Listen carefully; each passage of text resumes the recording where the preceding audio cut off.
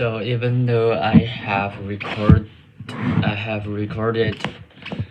the teaching courses called game theory, but now I would like to re-recorded it because last time my speech is very bad and do not very comprehensible for students. No, for watchers, not students. I'm not a teacher. I'm just a student. Okay, so let me very quickly to explain what I taught and some very important, very vital concepts in game theory. The chapter 1 is about coordinate situation. And before we started to in this chapter, I'm going to analyze the prisoner dilemma, which is a famous dilemma in game theory. And before we start, I would like to introduce two concepts. The first one is dominate strategy. The dominate strategy is when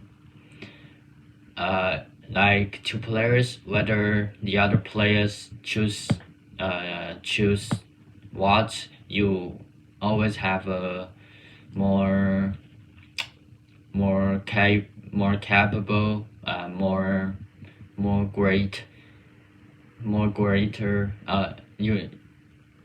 greater choice to choose. That is called a dominate strategy.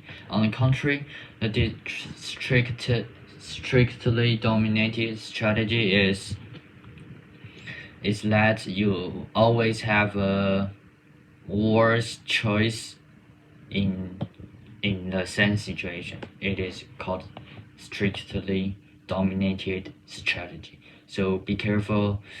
Is all the rational person do not take strictly dominated strategy because it cannot maximize the utility of satisfaction, right?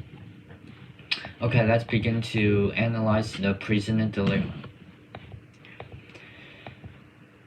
There are two prisoners we called Jeff and Jake. So if they are in a situation that they are separated by police,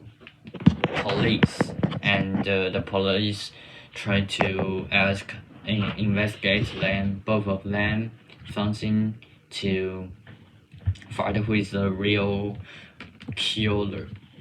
So if both Jack and Jeff are commit to this criminal situation, they are if they both confess, they both need to go to the jail for 3 years. And if one of them are stay silent and one of them are confess, the confessed one will go to the jail for 5 years, but the silent one would not get any punishment. They can they can go right now. If they both stay silent, they would go to the jail for 1 year, which is better than both of them go to the jail for 3 years. So the dominated strategy is to confess, right? Because if Jake chooses to stay silent, Jake has two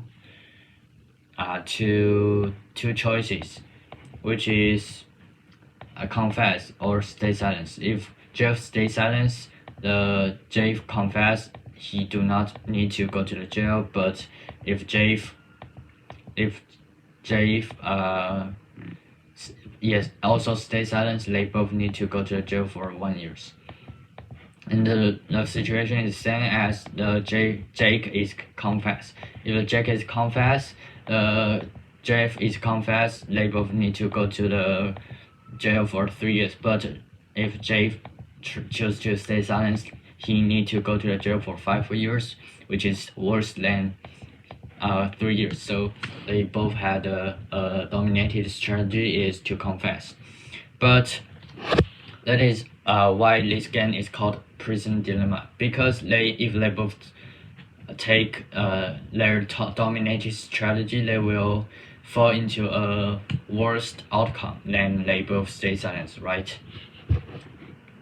So in this situation, we need to consider more factors like if I'm Jack, I need to consider if I'm Jake, I need to consider Jeff's preference, Jeff's philosophy, Jeff's personality, or how I need to predict how Jeff will make decision, whether he is a selfish man or whether he is he's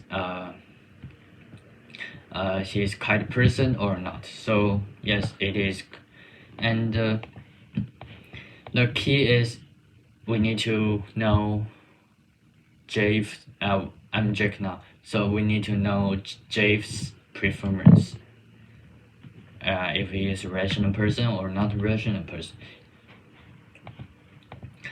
Okay, so it is about prisoner's dilemma, and there are same as go to late for reservation or the cell phone not functioning, whether I choose to call another call or wait other people to call me. That is also called a prison dilemma. So